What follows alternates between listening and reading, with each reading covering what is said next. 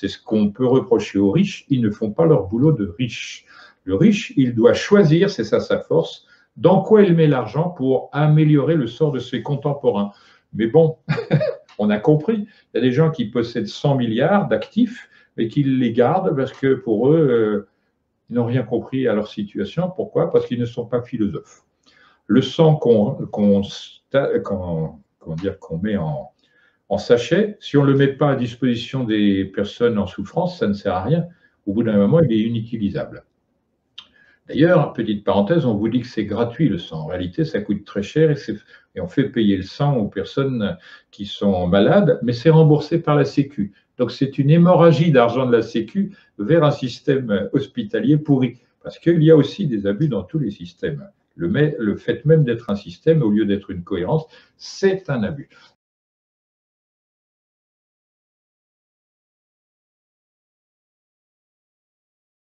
L'argent qui est, les physiocrates vont le dire plus tard, un petit peu comme la circulation sanguine, qui est l'argent qui permet de la circulation économique et qui renvoie d'ailleurs à ce que l'hébreu dit, puisque la langue hébreu est très intéressante de ce point de vue, puisqu'elle contient des jeux de mots très révélateurs. Le mot qui dit l'argent est un des mots qui dit l'argent est le même que celui qui dit le sang. Donc qui renvoie à cette idée de circulation que beaucoup d'antisémites vont interpréter au XIIe-XIIIe siècle. Le sang, c'est pas la circulation, c'est le meurtre.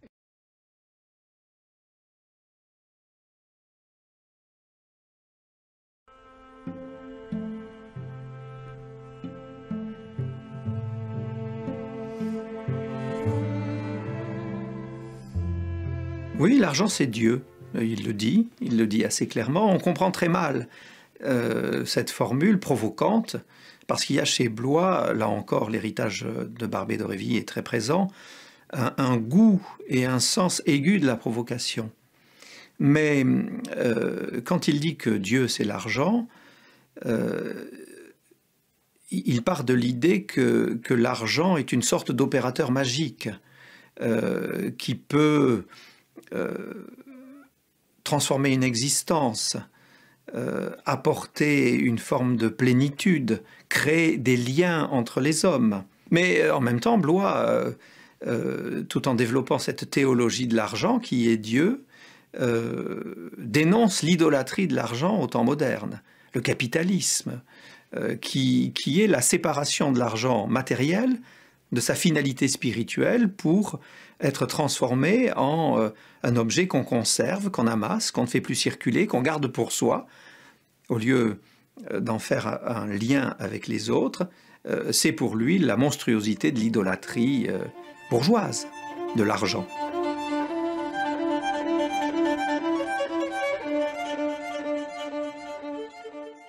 À 15 ans, il entre au collège des Jésuites de Namur. Il est conquis par les idées de l'Action française, mais sans perdre son sens critique. J'avais vu ce qui leur manquait. C'était la passion sociale. Ces immenses masses qui attendaient un petit peu de justice à cette époque, et surtout un petit peu de fraternité et de respect, se trouvaient dans un abandon total quand on voyait ça du point de vue des élites bourgeoises et du point de vue catholique. Parce que le monde bourgeois était lié à ses sous sans avoir même compris que leur simple intérêt était lié à l'épanouissement de la masse ouvrière. Quand l'ouvrier gagne beaucoup, ben, il dépense beaucoup.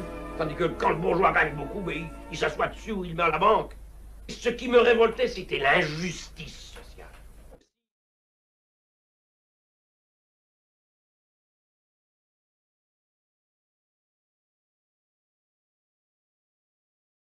Parce qu'aujourd'hui, nous vivons en réalité dans une égalité de principe. Et cette égalité de principe va, paradoxalement, créer une nouvelle hiérarchie. Alors avant, on la connaissait, la hiérarchie. Elle était harmonieuse, elle permettait de faire avancer la société et de la tirer vers le haut. Et bien là, avec cette égalité de principe, on crée une nouvelle hiérarchie qui est exclusivement basée sur les différences de fortune. Et c'est ça le grand drame aujourd'hui, c'est que notre hiérarchie est basée sur les différences de fortune. Or, le riche, le bourgeois, n'a absolument rien à voir avec l'aristocrate. L'aristocrate bien compris.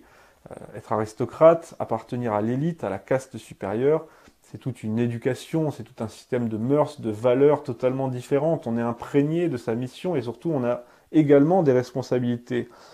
Alors qu'un bourgeois, il n'a fait qu'être riche et peut-être a-t-il été riche par le plus grand des hasards. Eh bien, cette situation va imprégner dans la mentalité collective cette phrase « pourquoi pas moi ?» Voilà, pourquoi pas moi? Pourquoi lui est riche et pas moi? Ça va susciter l'envie, il va susciter l'envie et la convoitise de ses contemporains dans une société où finalement tout le monde aspire à devenir riche. Et c'est pourquoi l'élite bien comprise, selon Gustave Thibon, doit être indépendante de l'argent. Ce n'est pas parce qu'on devient riche par le plus grand des hasards qu'on accède à l'élite. Aujourd'hui, dans une plutocratie telle que nous la vivons aujourd'hui, dans une plutocratie, eh bien, le fait d'être riche nous fait appartenir à l'élite, et cette élite, justement, n'a ni devoir ni responsabilité.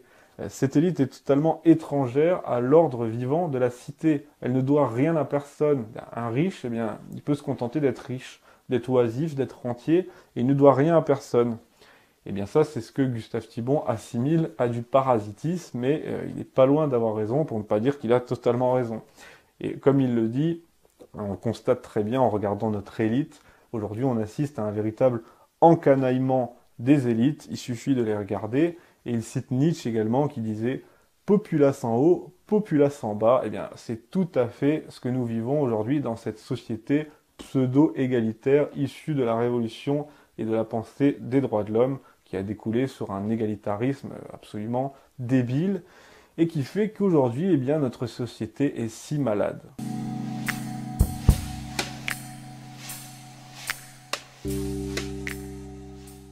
Le racisme contemporain, il s'est formé progressivement en fait au XVIIIe siècle parce que sans entrer dans le détail de ma thèse, ce que j'essaie d'expliquer dans le bouquin, c'est que le concept même de race, tel qu'on l'entend depuis le XVIIIe siècle, avant, il n'existait pas en fait. Donc, les mecs ne pouvaient pas être racistes comme on l'est aujourd'hui, parce que même le concept n'existait pas.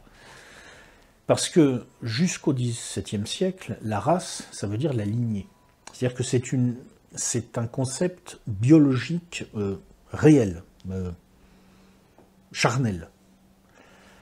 À partir du XVIIIe siècle, progressivement, et c'est en fait, à mon avis, avec l'approche d'un type d'ailleurs qui lui-même n'était pas un raciste, qui était simplement quelqu'un qui voulait faire une démarche scientifique, qui s'appelait Blumenbach, c'est un naturaliste allemand. C'est lui qui a, à mon avis, codifié les choses le premier, à ma connaissance, disons, dans la logique vraiment qui va donner naissance au racisme contemporain. On sort de cette idée que la race, c'est la lignée, que c'est quelque chose en quelque sorte de charnel, de factuel. Ça renvoie à la description de type, sur la base d'une description des catégories. On va inscrire les gens, on va commencer à les mettre dans des tableaux, dans des cases. Toi t'es blanc, toi t'es noir, toi t'es jaune. Ou alors on va aller mesurer leur angle facial pour décider que, bon, lui là c'est un germain, lui là c'est un latin, lui là c'est un alpin ou je sais pas quoi. Enfin bon, il y a des classifications, ils en ont fait dans tous les sens. D'ailleurs, une grande partie d'entre elles sont pseudo-scientifiques en fait, elles ne sont pas réellement. Mais cette manie de classifier, de mettre les gens dans des cases, cette conception du racisme, ça émerge au XVIIIe siècle progressivement, et pour moi, ça vient en fait, c'est une entreprise de cautionnement idéologique sur ce qui est à la base une domination de classe. C'est-à-dire que, si vous voulez, j'en parle pas dans le bouquin d'ailleurs, j'ai eu tort, parce que tout simplement, j'ai pas pensé à cet exemple-là en l'écrivant, mais à mon avis, vraiment un parfait exemple de ça, c'est Voltaire. Voltaire qui se félicite de défendre la morale en finançant l'écrasement des missions jésuites du Paraguay. Voltaire qui explique dans La joie et la bonne humeur sa hiérarchie, alors je crois que les blancs sont au-dessus des noirs et les noirs sont au-dessus des singes ou quelque chose comme ça. Ça c'est typique. En fait, qu'est-ce que ça recouvre? C'est le début de la haine de classe issue de la domination économique de la bourgeoisie. Cette haine de classe, elle n'a pas la même forme que la morgue aristocratique de l'ancienne classe supérieure. Parce que la morgue aristocratique, quelque part, s'appuie sur un ensemble de valeurs qui font que l'aristocrate qui prétend à la supériorité la paye symboliquement d'un certain prix qui est l'impôt du sang. Ça, voilà, c'est quelque part, on sait mourir dans ces milieux-là. Donc à partir de là, on peut revendiquer une certaine forme de supériorité. C'est l'idéologie qui rend possible, pour quelqu'un qui est de la classe supérieure aristocratique, de regarder de haut le mec, le roturier, c'est une idéologie en quelque sorte de la noblesse guerrière. Bon, la bourgeoisie n'a pas ça. Pas ça, parce que, bon, historiquement, certaines bourgeoisies ont d'ailleurs été très courageuses et ont su, comme disait Céline, se mettre devant les coffres-forts et pas derrière, ça c'est vrai, mais c'est temporaire, c'est fondamentalement la substance de la bourgeoisie, c'est pas ça. La substance de la bourgeoisie, c'est pognon et compagnie. Hein, bon. Donc il faut trouver autre chose pour justifier idéologiquement la domination. Et à mon avis, le racisme pseudo-scientifique qui a émergé à la fin du XVIIIe, début du XIXe, il a été acheté en quelque sorte par des gens, par cette bourgeoisie qui cherchait un moyen de cautionner idéologiquement ce dont Voltaire avait commencé à dessiner l'architecture générale. Voilà. Pour moi, ça s'est fait comme ça. Impardonnable, les Européens des XVIIIe et XIXe siècles préférèrent oublier ce que leurs ancêtres savaient fort bien, à savoir qu'en Afrique occidentale avaient prospéré de nombreux royaumes, aussi somptueux et bien gouvernés que d'autres en Europe médiévale. Qui plus est, les récits des commerçants et des diplomates ayant circulé dans ces royaumes n'étaient imprégnés d'aucune attitude de supériorité raciale. Le racisme, en fait, est un mal relativement moderne. Rien n'illustre plus clairement les changements qui allaient se produire que l'art européen de la Renaissance, et même antérieur à la Renaissance.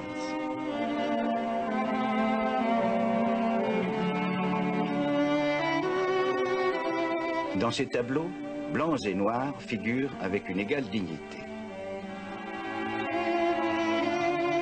On n'y trouve aucune allusion à ce que plus tard, le monde devait appeler la nature humaine à son stade le plus grossier. Et cette reconnaissance d'égalité entre blancs et noirs prédominait aussi au Moyen-Âge. Saint Maurice, qui était noir, comptait parmi les saints vénérés en Europe centrale. Nous le verrons, il est l'un des héros de cette histoire. Qu'y a-t-il donc à l'origine de ce changement radical d'attitude chez les Blancs? L'histoire nous donne la principale réponse: le commerce des esclaves vers le Nouveau Monde. Accrochés dans leurs forteresses de la côte occidentale de l'Afrique, les nations européennes se concurrençaient dans la déportation de millions d'hommes et de femmes noires. Les canons de ces Blancs n'étaient pas pointés vers l'Afrique, souvent considérée comme source de danger, mais vers l'océan, prêts à affronter les navires rivaux pouvant soudainement apparaître à l'horizon. Bien sûr, les Africains n'ont pas été les seules victimes du racisme et des préjugés de couleur. Mais s'ils ont davantage souffert que les autres peuples du monde, la raison en est d'abord là. Pendant plus de 300 ans, cette superbe côte a été le théâtre de la cruauté organisée et systématique.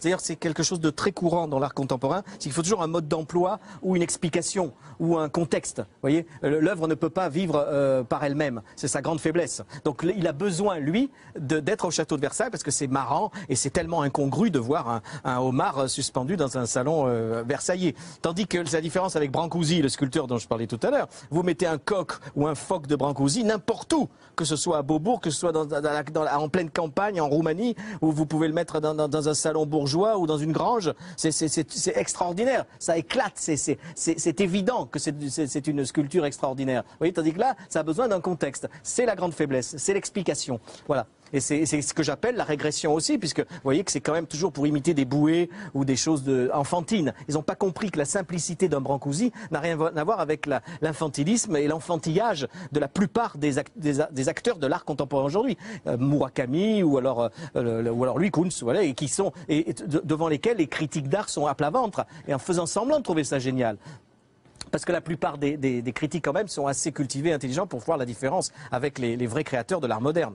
Alors le seul dont je dis un peu de bien dans le livre, c'est Cattelan, Maurizio Cattelan, parce que lui a cet humour. Il a pris l'art contemporain comme une sorte de dessin d'humour, vous voyez. C'est celui qui vendait des boîtes de caca. Pas du tout, ça n'a rien à voir. Ça c'est Manzoni. Tout à fait. Non, Cattelan, c'est celui qui a fait le pape. Vous savez, Jean-Paul II écrasé par le météorite et accroché à sa crosse, ou qui a fait ce cheval qui est encastré, la tête la première dans un mur. Voilà. Donc là, il y a un humour revendiqué enfin et qui casse un peu avec l'esprit de sérieux de l'art contemporain qui est à vomir, quoi. Parce que là, c'est vraiment de l'escroquerie. Mais sur le fond, hein, c'est pas une question de formelle seulement. Ça va beaucoup plus loin que ça. Et moi, c'est toujours du point de vue de l'art moderne. Vous savez, on peut critiquer la culture sans pour ça être poujadiste. Hein. On peut critiquer la culture, mais vu de l'art le plus haut.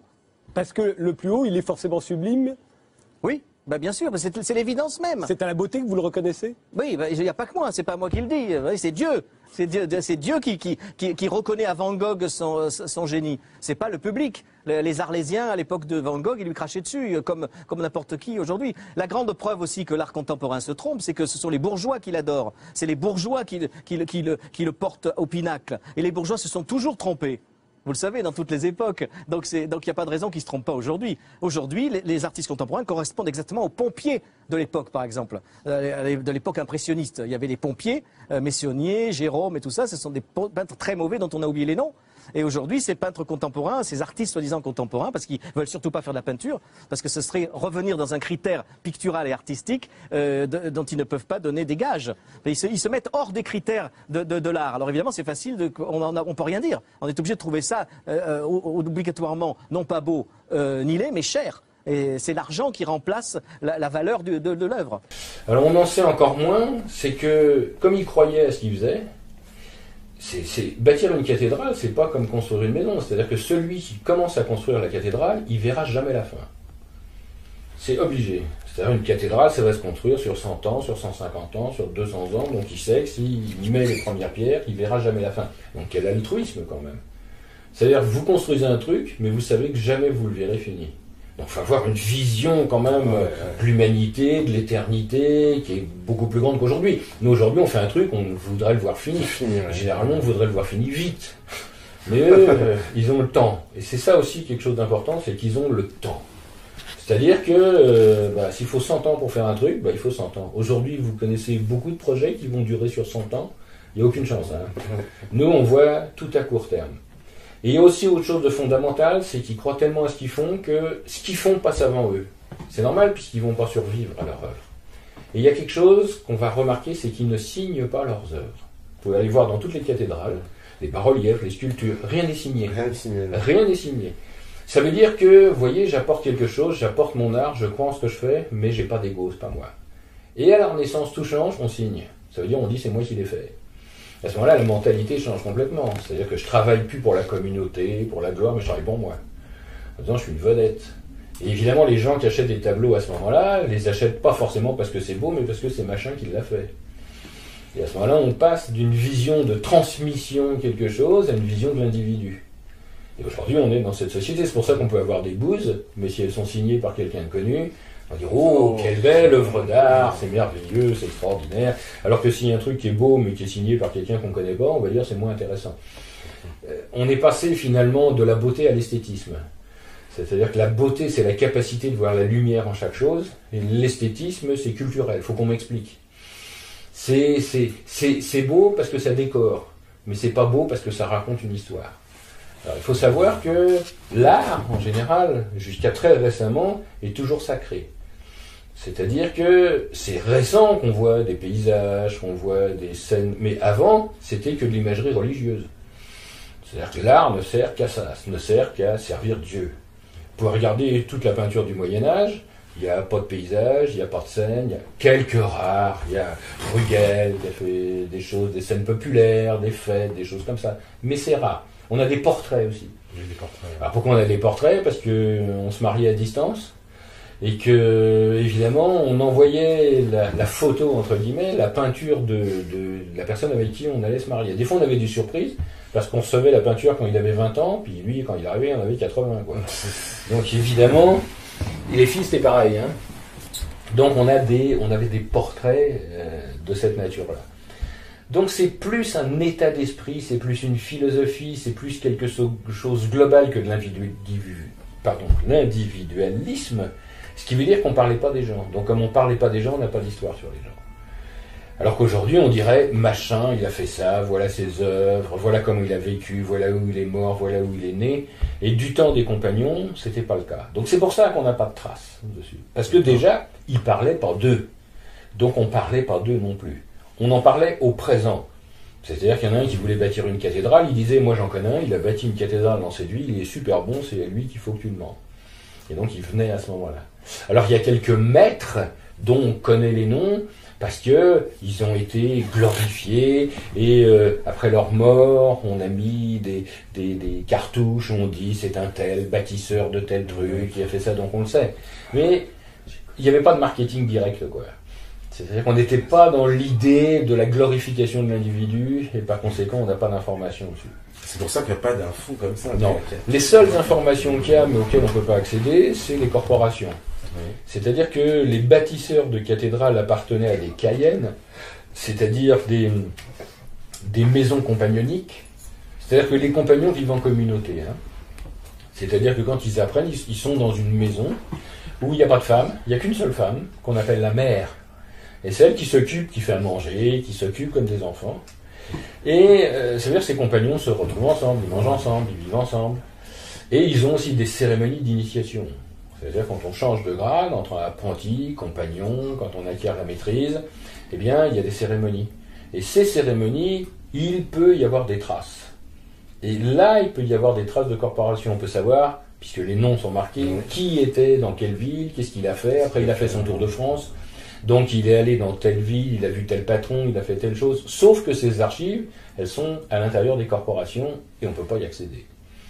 Donc ça veut dire que même s'il y a une filiation, même s'il y a une transmission, elle n'apparaît pas au grand public, quoi. On voit les grandes pyramides, le temple de Karnak, de tout, Deir el-Bahari, tout cela nous est connu. Et la pensée qui était à l'origine de cela, on la méprise, on la rejette, on la trafique, on la perverti. Et ça ne me paraît pas convenable. Je pense qu'on a de grosses leçons à recevoir de ces anciens peuples. Ils ont laissé quand même des témoignages de leur puissance, sans même une signature. De nos jours, on ne peut pas en dire autant. Il n'y a pas de puissance, mais il y a des signatures. Je rappelle quand même que Victor Hugo était plus nuancé. Il disait, la musique, c'est le bruit le plus cher qu'on connaisse. Ce qui est vrai quand tu vois ce que coûte un orchestre classique. Et il faut expliquer ça par beaucoup de choses. La première, que c'est pas des reproches que je te fais dans ta compréhension, c'est dire que la musique classique n'était écoutée que par les riches. Donc c'était à grands frais, etc. On peut se dire quand même, ou ceux qui allaient à l'église. Mais oui, mais c'est la musique du pouvoir. Il y avait l'église et les nobles. Les pauvres pouvaient se permettre de quand même l'écouter dans un coin de l'église debout, quoi. Néanmoins, c'était les riches qui fournissaient les moyens aux églises. Tout à fait, ça c'est clair, c'est sûr. Donc, et ce qui est vrai, c'est que les musiques se sont décomposées et dénaturées à cause de l'aristocratie et la noblesse qui s'est pervertie, corrompue. Et ça ne veut pas dire qu'il n'y avait que des DSK, hein, mais je veux dire par là que l'Église a essayé, elle, de garder ce qu'il y avait de plus pur, de plus apollinien, alors que du côté des riches, ça s'est dégradé. Et en matière actuelle d'Illuminati et compagnie, ils se dégradent à grande vitesse, parce que leurs principes sont faux. Et conséquemment, un principe faux, il tombe de lui-même. Une fêlure dans le mur d'une maison emportera la maison tôt ou tard, etc., etc. Donc, il ne faut pas trop s'inquiéter. Il faut continuer à être le plus nature possible. C'est l'inertiel le plus solide qui nous soit offert. Vous continuez à aimer la musique que vous aimez. Si c'est à la mode, c'est pas grave. Si ça ne l'est pas, ça l'est encore moins. C'est ça ce que... Et finalement, comme je dis souvent, l'essentiel, c'est l'intention dans la musique, aussi bien pour l'auditeur que pour l'instrumentiste, en fait. C'est l'intention. Voilà. Autre chose, pour jouir de la musique, on n'a pas besoin d'un orchestre de 48 musiciens, de 54, de 108, etc. Ce qu'il importe, c'est d'être capable de comprendre ce qu'est la musique hédonique. C'est avant tout une ambiance. C'est quelque chose qui sied à la personne du point de vue de son intérieur. Mais il ne faut pas s'y tromper. Il y a des jeunes qui écoutent telle ou telle musique parce que c'est une mode. C'est-à-dire tout le monde écoute la même chose et machin achète un disque parce que le voisin ou les voisins l'écoutent. Donc il faut se défier de penser que la musique serait pervertie parce qu'elle serait imposée par des moyens de multiplication mécanique ou des choses de cet ordre. Le bien-être de la musique, c'est que désormais, grâce à la technologie et les conditions économiques très souples par rapport à avant, tout le monde peut accéder à la musique, ne serait-ce que par le don. Ce qui est bon doit être donné. Et d'ailleurs, il y a un personnage particulièrement important que j'ai cité tout à l'heure, Michael Jackson, qui dit « mais partagez ma musique ». Et en ce sens, il était très opposé, évidemment, à ses producteurs. Ouais, et puis à sa famille qui a repris le business, ouais, c'est clair. Voilà, exactement, parce que bon, l'appât de l'argent, c'est une chose, mais l'appât du bonheur que procure la musique, c'est incompréhensible à celui qui ne la ressent pas. Donc c'est pour cela qu'il n'est pas possible qu'il y ait accord entre ces deux-là. Se partageront d'un côté les gens qui sont sensibles à la musique et à la transcendance de la musique, et les autres qui resteront collés au réel. La musique, sa particularité, c'est être entre ciel et terre. Et on a les oiseaux pour nous le rappeler. On notera par exemple que l'autruche n'est pas détentrice, elle qui est purement terrestre, d'une grande musicalité, etc., etc. C'est pour ça, quand on parle de la langue des oiseaux, c'est très volatile et c'est ça qui nous relie aussi à notre esprit éthéré, quoi. Oui, mais les plus beaux des oiseaux sont aussi ceux qui ont les plus beaux langages. Regarde le perroquet, qui est le plus connu des oiseaux imitateurs, mais quand tu vois les oiseaux lyres de Bornéo et d'Australie, qui sont vraiment incroyables, de perfection d'imitation et de puissance pour un gosier minuscule, ils te font des choses... c'est ça les oiseaux, c'est-à-dire une mélodie ou un bruit imité de manière forcenée, etc. Et surtout que quand j'ai vendu à 200 millions d'euros, 15 jours après, c'est la bulle qui a éclaté. Parce que j'ai vendu en mars 2000, tu regarderas, la bourse s'est écroulée 10 ou 12 jours après. J'avais en dette ce que je pensais avoir en argent. Ça fait un choc. Et là, de coup, Mythique est devenu ma seule planche de salut. J'avais pas le choix pour rembourser ce que je devais aux banques. Il fallait que Mythique marche.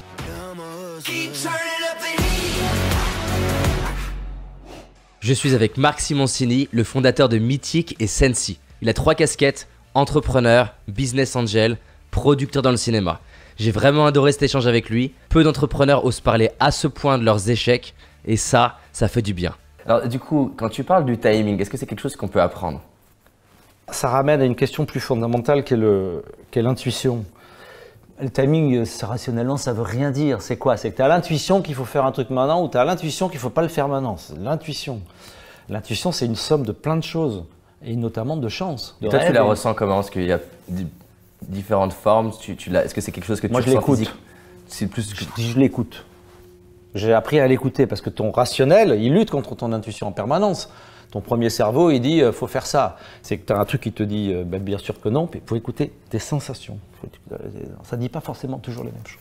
Et c'est ce que tu observes vu que tu as un fonds pour les startups. Est-ce que tu vois qu'il y a beaucoup de startups qui peut-être n'arrivent pas à avoir le succès qu'ils pourraient avoir parce qu'ils sont trop dans leur tête à pas écouter assez d'intuition? Ouais, mais d'abord ça s'apprend, c'est une science qui s'apprend. Quand tu vois des gamins qui arrivent, ils ont 25 ans, 30 ans et que tu leur commences à leur expliquer, attends mon gars, je t'explique un truc, déjà il faut que tu écoutes ton intuition. C'est quoi l'intuition? Il faut que tu enlèves ton rationnel, il est où? Il faut que tu t'assoies un peu sur ton ego, que le mec à peine il a de l'ego, on l'a déjà lui dit qu'il faut s'asseoir dessus.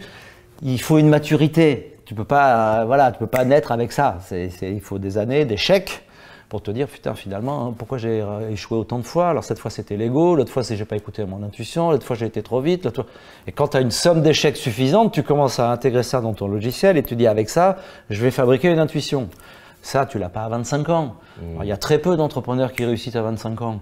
Il y en a, il y a des génies partout, il y a des mecs qui ont du bol partout, mais l'immense majorité des gens, il a fallu qu'ils prennent beaucoup de portes dans la figure pour construire une intuition. Pourquoi moi j'ai refusé un chèque de 100 millions? Parce que je savais ce qu'était 1 million.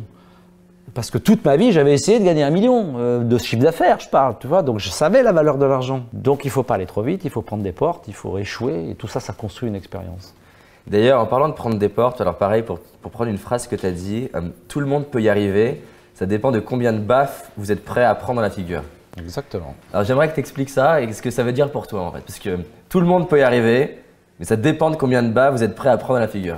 Bah, si tu te fixes un objectif et que tu échoues, tu as deux réactions.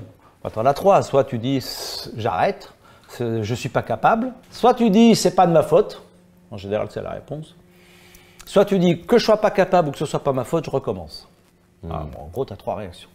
Là, le vrai entrepreneur, c'est celui qui va échouer, et échouer, et échouer, et échouer, et qui va se prendre une baffe à chaque fois, mais qui à chaque fois va recommencer.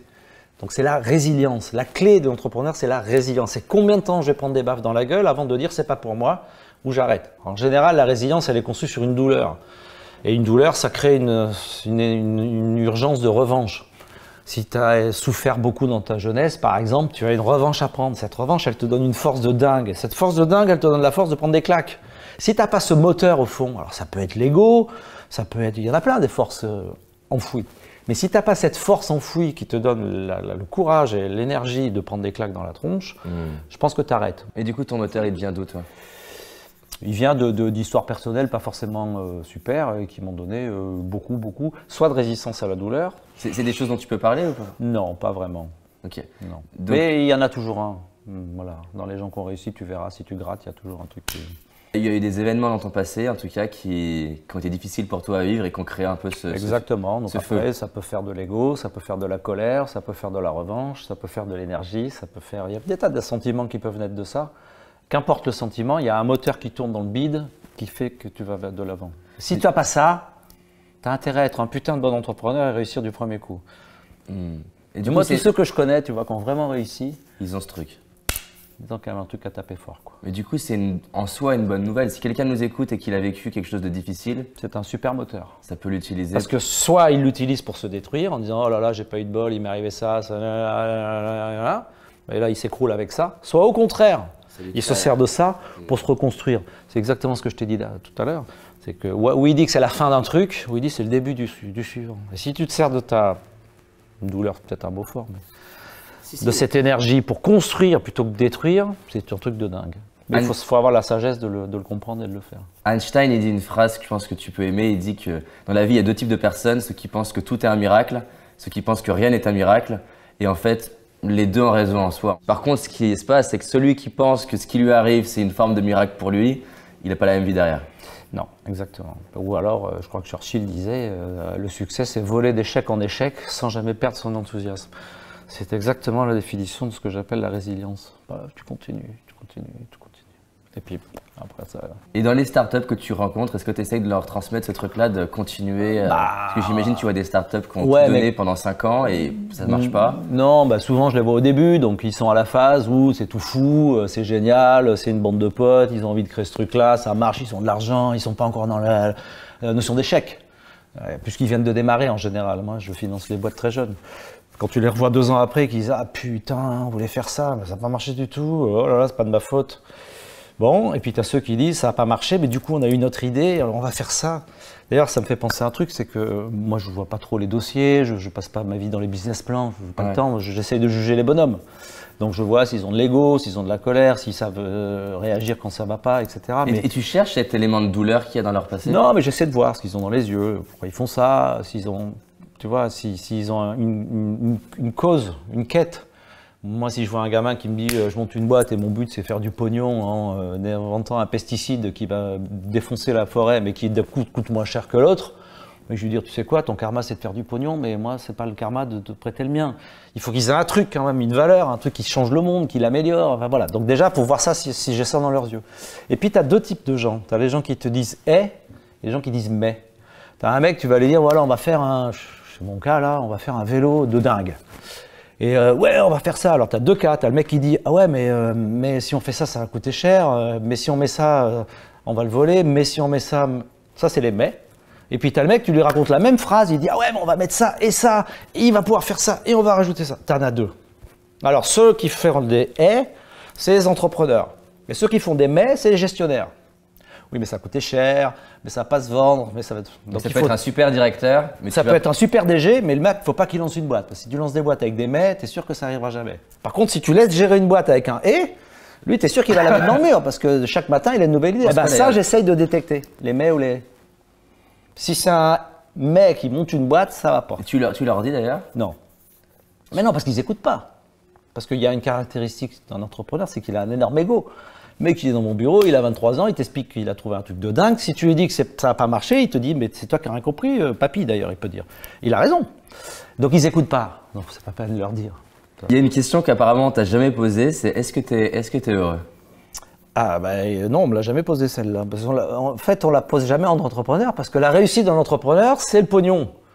C'est complètement débile, mais c'est comme ça. Si ta boîte elle est en bourse, elle va valoir cher si tu gagnes et pas cher si tu gagnes pas. Mais par exemple, si je reprends mon exemple de pesticide, si je fais un pesticide qui défonce tout, qui coûte pas cher, ma boîte vaut cher. Si le pesticide il défonce rien, mais qui coûte plus cher, et donc il se vend moins, ma boîte va valoir moins cher. Mais j'ai créé plus de bonheur que d'argent. Donc le bonheur intérieur qu'on crée, c'est pas une valeur qui est prise en compte par la société aujourd'hui, en tout cas par le business. Bah, c'est pareil humainement. Un entrepreneur, on lui demande jamais comment il va ou s'il est heureux. On lui dit ça marche. J'étais heureux, on verra plus tard. Bon. Bah, alors la réponse est que oui, je suis très heureux. Maintenant, ça a été long parce que je suis assez âgé pour avoir compris ma définition du bonheur, et chacun a la sienne, mais je suis heureux parce que je fais plein de choses. Et je fais que des choses qui me plaisent. Déjà, je finance des boîtes qui pour moi ont du sens. Après, je dirige des boîtes. Parce que être uniquement investisseur, quand tu es entrepreneur, c'est compliqué. Donc ça me manquait de ne pas diriger de boîte. Alors je les dirige inégalement, hein, c'est compliqué, j'en ai plus raté dans ma vie que réussi, mais je dirige deux boîtes qui m'intéressent énormément, Sensi, mes lunettes, j'adore essayer de faire tomber le monopole des lunettes en France, et je développe un vélo de dingue pour qu'il n'y ait plus de voitures dans les villes. Bon, ça me passionne, donc là je suis entrepreneur. Donc une vie de financier, une vie d'entrepreneur. Ensuite j'ai un troisième métier, parce que tout ça c'est bien beau, mais ça n'est que du business. Donc je fais du cinéma. Tu fais quoi dans le cinéma? J'ai deux boîtes de production de cinéma, une qui fait des films d'auteur, donc des films plutôt jolis, plutôt avec beaucoup de fonds, mais qui font en général plutôt pas beaucoup d'entrées, mais qui sont importants pour moi. Et tu arrives à rentabiliser, du coup comment c'est quoi? Le but c'est de récupérer ce que j'ai mis et quand je gagne de pouvoir financer ceux où j'ai perdu. Voilà. Mais c'est des films qui par définition ne peuvent pas, sauf miracle. Par exemple, on a fait Mademoiselle de Jonquière, un texte de Diderot de dingue avec Édouard Baird, Cécile de France. C'est toi qui choisis le réalisateur? Ah non, moi là je suis coproducteur dans cette boîte-là, donc je finance des films avec des gens qui font ces films-là et je les aide. Et puis par ailleurs, j'ai une deuxième boîte qui s'appelle Super 8 où là on développe des films qui nous tiennent à cœur, où là on les produit, on les lance, on les tourne, on tournera, tout ça est au futur parce que les premiers films seront tournés en 2019. Qu'est-ce qui te plaît dans le cinéma? Bah, ça donne du sens, tu vois, quand tu fais un film et qu'on va faire un film sur la jungle de Calais ou sur les événements au Rwanda ou sur le phénomène de l'e-sport en France, tu racontes des trucs, tu essaies de changer un peu le monde. Et tu as un rêve par rapport au cinéma dans 5-10 ans qui viennent, un truc qui serait fou à réaliser pour toi? À pas à produire du coup? Bah, je rêverais d'écrire un film, ça serait un rêve personnel. Donc, que tu l'écrives? Ouais, enfin que je parte d'une idée, qu'on arrive à écrire l'histoire ou le livre ou l'histoire après. Voilà. Qui serait sur quoi d'ailleurs? Bah, j'ai plein de sujets, pour l'instant j'ai pas choisi. Puis je crois que je suis pas capable, mais enfin bon, voilà, tout ça, ça va mûrir, on verra bien si un jour je m'y lance. Voilà, donc moi j'ai 4 métiers, hein, investisseur, des vélos, des lunettes et du cinéma. Et comme je travaille à mi-temps, quand je travaille, c'est beaucoup de travail. La semaine où je travaille. Quand tu dis que tu travailles à mi-temps, c'est-à-dire une semaine sur deux? Normalement, moi je travaille qu'une semaine sur deux. C'est aussi un quatrième ingrédient du bonheur, c'est que quand tu as une semaine sur deux où tu peux faire ce que tu as envie, c'est un belle chance que tu as dans la vie dont il ne faut pas la laisser passer. Parce que par ailleurs j'ai des enfants, parce que par ailleurs j'ai une vie, donc il faut bien que je m'en occupe aussi. Il ne faut pas que travailler. Donc ça fait depuis quand d'ailleurs que tu as trouvé ce rythme-là? Depuis que j'ai vendu Mythique. Ça fait 10 ans maintenant. Alors bon, 10 ans j'ai tâtonné, hein, j'étais que investisseur, après j'ai dit bon il faut que je crée des boîtes, donc il m'a fallu 10 ans pour construire une espèce de truc qui tient à peu près debout, qui me rend très heureux. Et il y a plusieurs choses là que je trouve super passionnantes dans cette idée. Comment on passe d'une vie où on travaille 18 heures par jour sans vacances, comment on peut s'y prendre pour arriver à faire cette transition entre une vie à 18 heures par jour sans vacances pendant 10 ans à une vie où tu arrives à créer je vais te donner un secret. Quand on vieillit, on reste jeune. Tu me l'expliques? Quand tu vieillis, tu te dis je vieillis, mais en vérité ta tête elle reste pareille. Donc ton corps vieillit, tout ça vieillit, mais toi, ton enthousiasme, c'est le même. Ne pas négliger sa famille, pas négliger ses amours, pas négliger son corps, on peut le faire dès qu'on a 20 ans. Il faut juste le mettre dans le crâne en disant, mon corps, si je m'en occupe, ma famille, mes enfants, mes amours, ça va durer toute ma vie. Donc ça, je ne peux pas le négliger, jamais, même si je bosse comme un dingue. Moi, quand je bossais chez iFrance, je travaillais comme un taré, je n'en mets jamais. Mais tous les soirs, je dînais avec mes gosses, tous les soirs, je les couchais, tous les matins, je leur faisais le petit déjeuner. Après que je travaille 20 heures derrière, c'était pas leur problème. Mais moi, ils ont vu leur père comme si j'étais un fonctionnaire. Bon, pourquoi? Parce que moi, le mien, je l'avais jamais vu. Donc, du coup, c'est facile. Bon, ça, on peut se le mettre dans le crâne dès le début.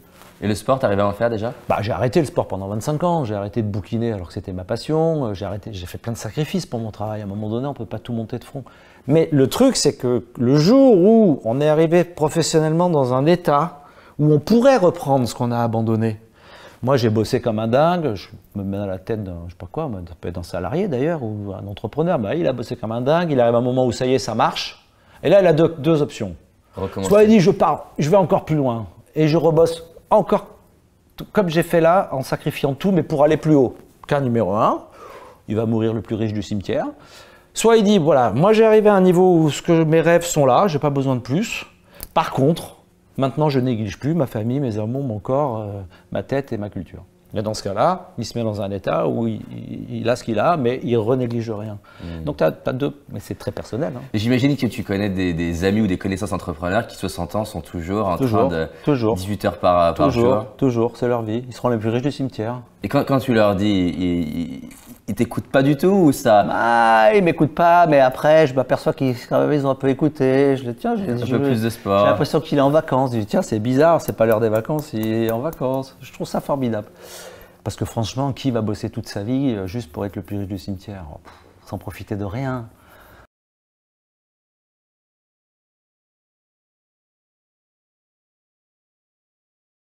Il y a un fort individualisme dans la société contemporaine. Il y a une course à la performance, il y a une injonction d'être utile et d'être performant. Donc celui qui tombe et qui n'arrive pas à ça, il se retrouve très vite rejeté sur le bord de la route. Une des caractéristiques des entrepreneurs, c'est qu'il faut y croire et y croire.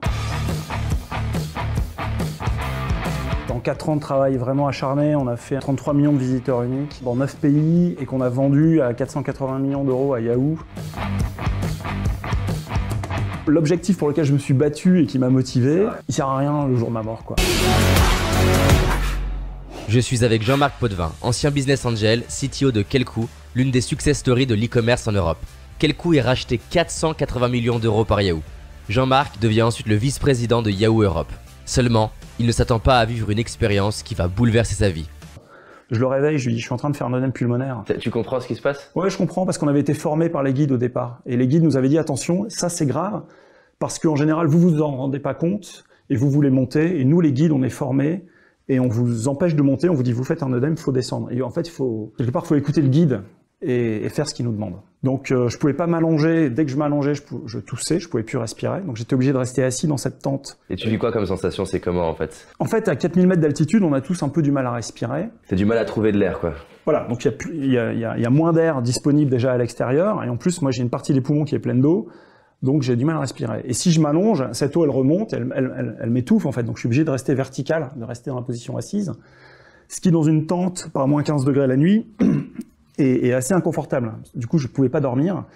Je pense que c'est gentil comme mot, c'est inconfortable. Et du coup, Ono va réveiller le guide. Le guide dit, mais moi, je peux rien faire. Il n'y a pas de chemin pour descendre ici. Il faut remarcher 3 heures en arrière dans la nuit. Donc, on se revoit peut-être demain, quoi. Et du coup, je me retrouve à méditer toute une nuit blanche sur ma mort en disant, bah tiens, je vais mourir maintenant. Je peux pas appeler ma femme, mes enfants pour leur dire que je les aime. Qu'est-ce que j'ai fait de ma vie? On vient d'avoir cette réussite, gagner de l'argent, quelque part. On est arrivé là où on voulait arriver. Et je suis en train de me dire, mais c'est trop con, je vais mourir là. Et ce que tu ressens, c'est quoi à ce moment-là? C'est quelle émotion que tu ressens à ce moment-là? Un immense gâchis. Le sentiment du... C'est de la frustration. C'est même pas la frustration, c'est de dire, en fait, tout ça est inutile. Donc, en gros, l'objectif pour lequel je me suis battu et qui m'a motivé, il sert à rien le jour de ma mort, quoi. Et qu'est-ce que j'ai fait de ma vie? Donc, en fait, c'est un exercice super salutaire de réfléchir sur sa mort. En fait, on devrait tous le faire 15 minutes par jour, de dire, OK, je vais mourir ce soir. Comment j'oriente ma journée? D'accord, ça met en perspective les choses. Voilà. Donc tu passes la nuit à méditer. Ouais. Et quelle prise de conscience t'as pendant la nuit? J'ai vraiment cette prise de conscience-là de dire je vais mourir maintenant et ça n'a pas de sens, c'est inutile. Donc je dois faire autre chose? Le sentiment de ma vie non accompli. Pourtant, je suis marié, j'ai des enfants, ça allait plutôt bien, mon business était un vrai succès, je vais gagner de l'argent. Et donc un vrai questionnement sur mais ça veut dire quoi du coup une vie pleine? Moi j'aimerais bien le jour de ma mort pouvoir dire bah tiens je suis content de mourir, je suis en paix et j'ai vraiment été en plénitude de ce que j'avais envie de faire, de ce que j'ai réalisé ou de qui je suis. Donc ça pose des questions aussi sur l'être, c'est-à-dire qu'on est très souvent plongé dans l'avoir, la course à l'argent, on est très souvent plongé dans le paraître, l'ego, le qu'est-ce qu'on va dire de moi, on va très souvent être plongé dans l'activisme, dans le faire, et en fait on oublie l'être, le verbe être, c'est-à-dire qui on est. Et cette méditation-là, elle m'a fait prendre conscience de ça, vraiment très radicalement, de dire il y a un truc qu'il faut que je règle dans ma vie, quoi. Et donc du coup, le lendemain, vous avez réussi à redescendre. Comment ça s'est soldé ce moment-là? En fait, c'est pire que ça, c'est-à-dire que le lendemain, je vais voir le guide, donc j'étais toujours vivant. Moi, dans ma tête, je me dis, ça doit pas être un œdème pulmonaire, j'ai dû psychoter pendant la nuit, donc j'ai rien. Et là, le guide me dit, tu veux continuer? Je dis, bah oui. Donc je suis monté à 6000 avec les autres, sauf que j'avais vraiment un œdème, j'avais vraiment de l'eau dans les poumons. Donc le retour après, ça a été retour hôpital, quoi. Parce que là, pour le coup, l'œdème, j'ai beaucoup de chance, en fait, je suis plutôt un miraculé. D'accord. C'est-à-dire que monter de 4000 à 6000, parce que c'est la nuit suivante, on a fait la montée, avec de l'eau dans les poumons, normalement le cœur lâche, quoi. Donc voilà, une bonne nouvelle, c'est que j'ai un cœur solide et que je suis un peu miraculé. Mais ça m'a valu 3 semaines d'hôpital en retour. Et après ces 3 semaines d'hôpital, qu'est-ce qui fait que... Parce qu'il y a plein de personnes qui peuvent avoir eu des prises de conscience dans leur vie, mais ils les ont un jour, et puis reprennent leur quotidien, et puis on oublie la prise de conscience. Qu'est-ce qui s'est passé après? Ouais, moi ça a déclenché une crise de milieu de vie, donc un vrai questionnement, j'avais 40 ans ou quelque chose comme ça. Et du coup, 6 mois après, je démissionnais. Donc je partais de ce job en disant je veux comprendre le sens de ma vie. Je veux comprendre comment je vais orienter mon action, qu'est-ce que je vais faire de mes journées. Et t'as peur quand tu démissionnes ou pas? Non, j'ai pas peur parce que non. En plus, je me suis dit je vais prendre un peu de bon temps, j'ai gagné de l'argent, pourquoi est-ce que je continue à courir Et en fait, ça a pas suffi de démissionner. Moi, je pensais qu'en calmant un peu l'activisme, j'allais me retrouver en paix. Ça n'a rien changé, vraiment. Je me suis remis dans une vie Club Med, où je me suis mis à investir dans des startups, donc aller à des conseils d'administration de startups, à faire de l'escalade, de la voile, des voyages. Donc beaucoup de faire, en fait. Je me suis retombé dans l'activisme, exactement. Et 2 ans après, je me suis dit, mais j'ai toujours rien changé, en fait. Ok, je travaille plus, mais j'ai pas réglé mon problème. Et là, je suis parti tout seul à pied de chez moi avec un sac à dos pour faire 1800 km, en disant, je veux vraiment comprendre et me poser. Et ma vie a vraiment basculé là, dans ce chemin, où je suis parti de chez moi à Grenoble pour aller vers Saint-Jacques-de-Compostelle. Et c'était en 2008 et je me suis converti sur le chemin. Donc là, j'ai eu un vrai tournant dans ma vie, c'est à ce moment-là. Dont l'histoire a sans doute démarré au moment de cette méditation sur la mort, quoi. Et du coup, de tout ça, donc 2005 puis 2008 qui était encore plus fort, qu'est-ce que ça a changé en toi? Ça a tout changé. C'est-à-dire que c'est un peu... je sais pas si tu connais ce livre... De l'autre côté du miroir de Lewis Carroll, qui est l'auteur d'Alice au Pays des Merveilles.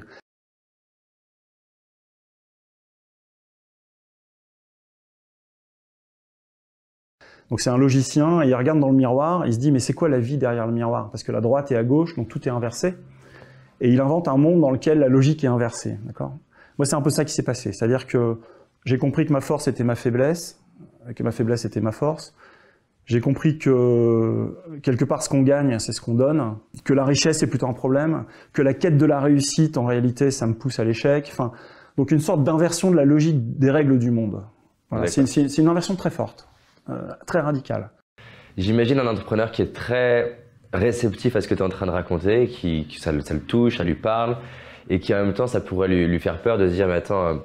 Moi, j'ai un business, là, je suis en train d'avancer, je suis pas prêt à faire un virage à ce point entre guillemets, d'arrêter, vendre mon business pour aller m'investir dans une grande partie associative. Qu'est-ce que tu aimerais dire à une personne qui est dans ce conflit intérieur, là, en t'écoutant? C'est pas ce que je conseille, hein. Je ne dis pas quitter votre job ou quitter votre projet pour. Moi, j'ai eu la chance de pouvoir aligner les deux, c'est très bien. Dans la démarche que j'ai eue après ma conversion, j'ai pas créé Entourage. Après ma conversion, je suis reparti travailler dans une start-up, en étant au clair sur ce que je voulais faire avec mon métier.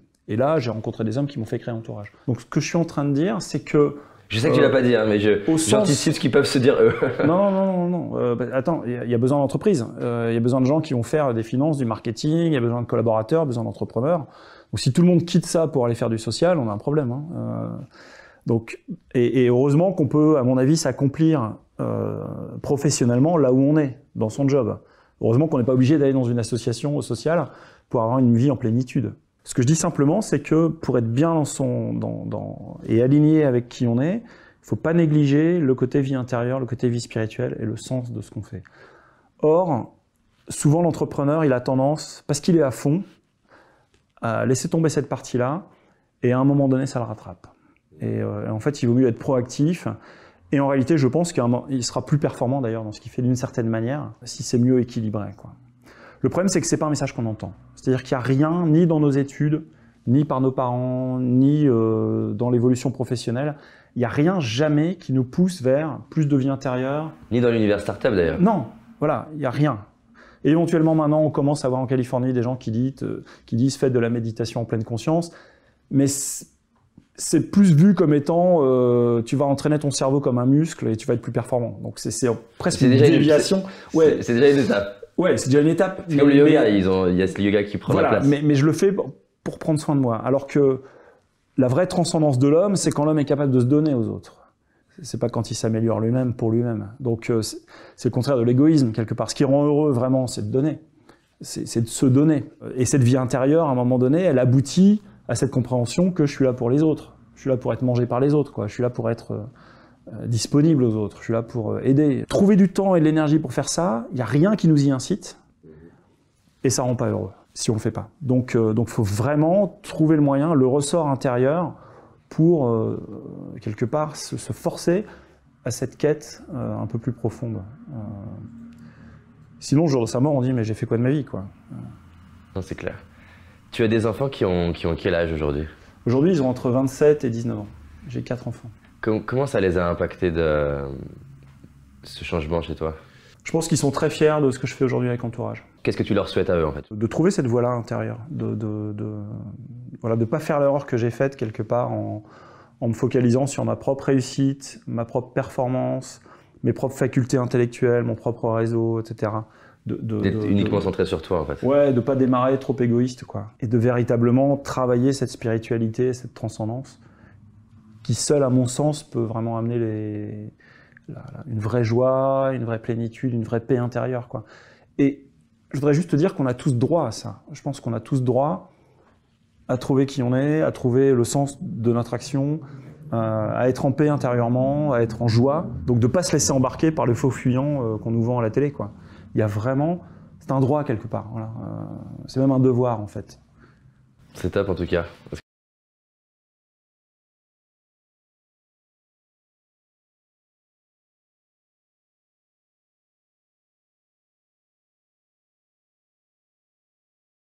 On a tous un chemin spirituel à faire.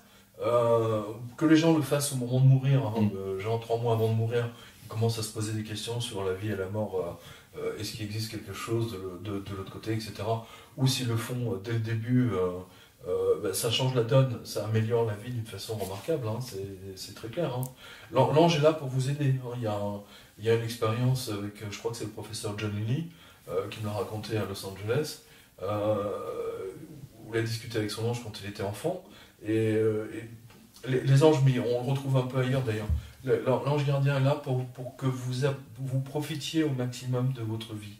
Je veux dire, quand je dis profiter, c'est pas être milliardaire. Hein, c'est pas être milliardaire parce que les milliardaires se font encore plus chier que les gens normaux. Non mais ça, vous rendez pas compte, mais moi j'en ai fréquenté par mon métier de journaliste.